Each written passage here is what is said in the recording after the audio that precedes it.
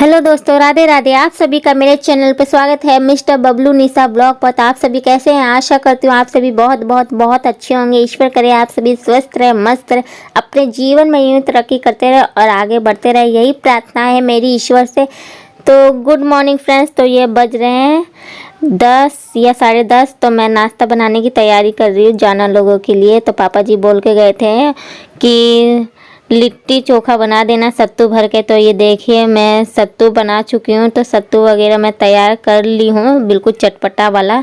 और आटा बिल्कुल सान के गूंद के रख दी हूँ। तो लिट्टी के लिए टाइट आटा चाहिए, तो मैं टाइट सान नहीं पाती, फिर भी आज मैं कोशिश कर रही हूँ कि टाइट सानूँ, क्योंकि मम्मी जी है नहीं, मम्मी जी खेत में व्यस्त है। आज मेरा कपड़ा भी मशीन में मैं नहीं डाली हूँ धोने के लिए, ऐसी रस्सी पर टंगा हुआ है। आप सभी देख सकते हैं पीछे ऐसे ही सारे कपड़े पड़े हुए हैं।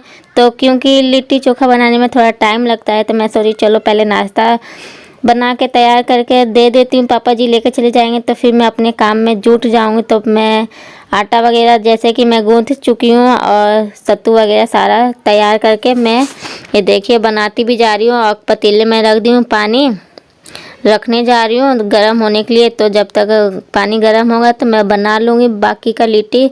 आधे से ज़्यादा तो मैं बना के रख दी हूँ। तो मैं सोची थोड़ा सा बाकी है, तो जब तक मैं पानी रख देती हूँ पतीले में गर्म होने के लिए, उसमें हल्का सा सरसों का तेल ऐड कर दूँगी ताकि चिपके नहीं और एक दूसरे में और पतीले में भी ना चिपके, ऐसे ही खिला खिला रहे। इसी वजह से हल्का सा डाल दूँगी। तो मैं गैस पे रख दी हूँ, इधर मैं अपना बनाने की तैयारी कर रही हूँ। तो डुग्गू कह रहे वो भी आया था, मतलब कि पापा जी के संग। तो कह रहे मम्मी आप ये क्या बना रही हो? तो मैं बोल रही हूँ बेटा लिट्टी बना रही हूँ, खाओगे? हाँ मम्मी खाऊंगा, आप जल्दी से बना के दो, मेरे को खाने का मन कर रहा। मैं बोली ठीक है बेटा। तो मैं लिट्टी सारा बनाने के बाद पतीले में डाल दूँगी। तो पतीला में मैं पूरा नहीं डालूँगी, आधे ही डालूँगी, क्योंकि छोटा पतीला है इसी वजह से। और आज मैं खाना सुबह ही फटाफट बना दी थी, क्योंकि लिट्टी बनाने में बहुत ज़्यादा टाइम लगता है इसी वजह से। तो सुबह ही मैं चावल रोटी और आलू गोभी मटर की सब्ज़ी बना दी थी, ताकि ये आराम से मैं बना सकूं नाश्ता।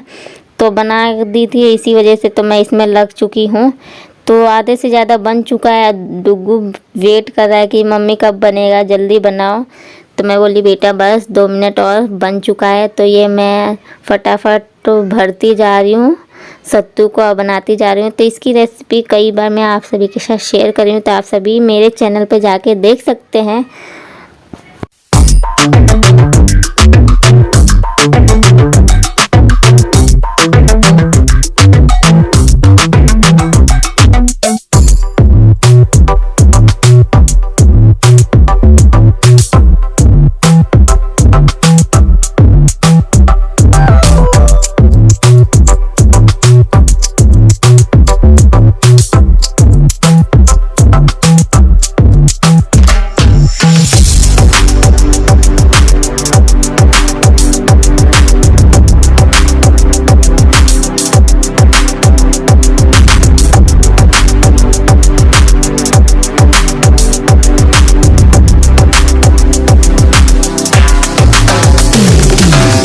सारे लिट्टी को भर के मैं बना चुकी हूँ, बस थोड़ा सा बच गया है सत्तू। तो उसे मैं शाम को जब रोटी बनाऊंगी तो पराठा में भर के बना दूंगी, तो ख़त्म हो जाएगा। ये परात में जो भी थोड़ा बस आटा था तो दूसरे टोकरी में मैं रख दी हूँ।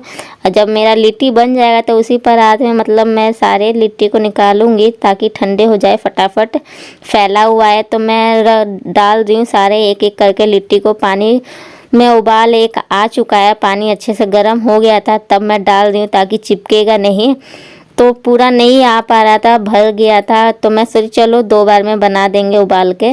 ऐसे उबालने पर ना तो थोड़ा रिफाइन कम सोखता है, और ऐसे बनाने पर थोड़ा टाइम तक छानना पड़ता है, टाइम तक मतलब धीमी आंच में पकाना पड़ता है। ऐसे उबाल के बनाने से फटाफट छान दो, टाइम की भी बचत होती है।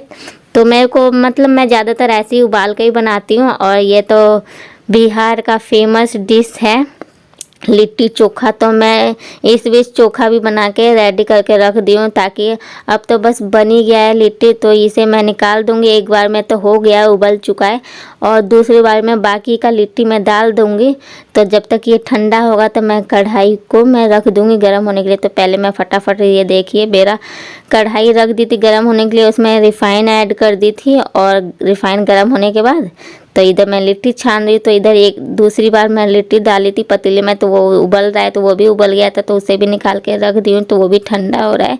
तो फिर फटाफट मैं छान के दे दूँगी, तो पापा जी लेके चले जाएंगे। तो देखिए बहुत ही ज़्यादा टेस्टी बना था। डुग्गू भी खा लिया था, इतना तीखा था लेकिन खा लिया था, खाते जा रहा था, पानी पीते जा रहा था। तो कह रहे मम्मी बहुत टेस्टी है। तो फिर भी मैं जब वो खा रहा था तो मैं सत्तू सारे निकाल दी थी, तब भी उसको तीखा लग रहा था। पता नहीं, उसको तीखा बिल्कुल भी पसंद नहीं है, उसको बर्दाश्त नहीं होता बिल्कुल तीखापन, क्योंकि वो चॉकलेट शुरू से खाया है। इसी वजह से कहते हैं एक बच्चा रहता है तो आदत ख़राब हो जाती है, तो उसी वजह से उसकी आदत ख़राब हो चुकी है। तो इधर मेरा बाकी के सारे लिट्टी बन चुका है। इधर मैं चाय भी रख दी थी बनने के लिए, तो चाय भी मेरा अच्छे से पक रहा है। तो मेरे लिट्टी भी सारी बनी चुकी है, तो मैं फटाफट बना के तो मैं दे दूँगी। और बाकी का जो काम बचा हुआ है, मेरा किचन भी फैला हुआ है, तो बाकी का सारा तो ये सारा काम मतलब दे दूँगी, तो तभी मेरे को छुटकारा मिलेगा। तो चले जाएंगे ये लोग लेके, और फिर मैं अपने किचन में लग जाऊँगी डीप क्लीनिंग में। तो मतलब जैसा कि डेली मेरा सफाई रहता है किचन का, तो वैसे मैं करूँगी। तो मैं अपने किचन में लग चुकी हूँ साफ़ सफाई में। तो मेरा जैसे कि वो लोग लेके चले गए, मतलब पापा जी लेके चले गए हैं नाश्ता, और मैं पहले बर्तन वगैरह सारा खाली करके बर्तन धोई। बहुत ज़्यादा ही आज बर्तन हो गया था, बहुत ही ज़्यादा। तो बर्तन सारे धोए, धोने के बाद फिर झाड़ू वगैरह लगाई, और अपने रूम की डस्टिंग वगैरह थोड़ा सा बाकी था तो वो करी। तो इधर डुग्गू कुछ बातें कर रहा था, तो वही मैं उसको समझा रही थी। डुग्गू बार बार खेत में नहीं जाया जाता है, क्योंकि ठंडी का मौसम है और हवा भी चल रहा है, सर्द गर्म का मौसम है, तो उसकी तबीयत ख़राब हो जाती है। तो वो मानने वाला नहीं है, रो रहा था।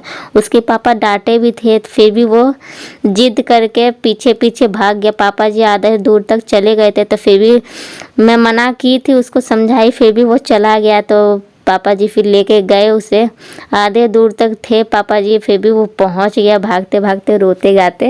तो बहुत ही ज़्यादा ज़िद्दी है, क्या बताऊं शब्द में, बहुत ही ज़्यादा ज़िद्दी है।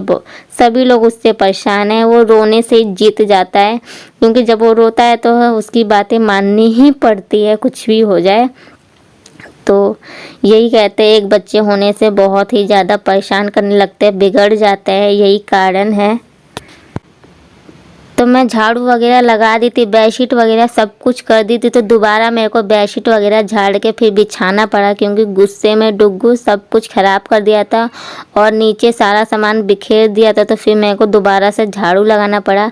तो नीचे बेड के नीचे कभी कभी डुग्गू टॉयस वगैरह खेलता है तो गिरा देता है, तो देख रही थी टॉयस वगैरह तो नहीं है, तो नहीं था टॉयस वगैरह, पूरा घर बिखेर दिया। तो दोबारा से मेरे को सफाई करना पड़ा, झाड़ू लगाना पड़ा अच्छे से।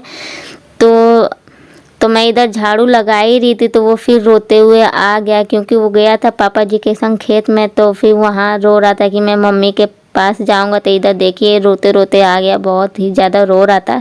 उसको सिसकी पड़ गई थी, तो उसको मैं मनाने लगी कि क्यों रो रहे हैं, ऐसे बदमाशी नहीं करते, मैं आपको समझा रही थी। तो वही मैं उसको बता रही थी, रोया नहीं जाता है।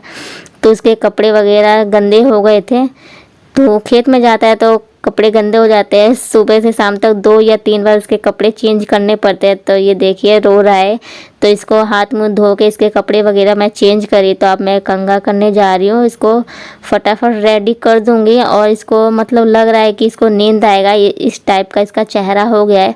तो देखती हूँ इसको कंघा करके और फिर इसको खाना खिला दूंगी। अगर ये सोएगा तो इसको सुला दूंगी। अगर आज का छोटा सा व्लॉग आप सभी को पसंद आया तो लाइक कमेंट सब्सक्राइब जरूर कर दीजिएगा, साथ ही साथ बेल आइकन को जरूर प्रेस कर दीजिएगा, ताकि आने वाली नोटिफिकेशन आप तक मेरी पहले पहुंच जाए। छोटे बड़े अपना प्यार आशीर्वाद यूं ही मेरे ऊपर बनाए रखिएगा।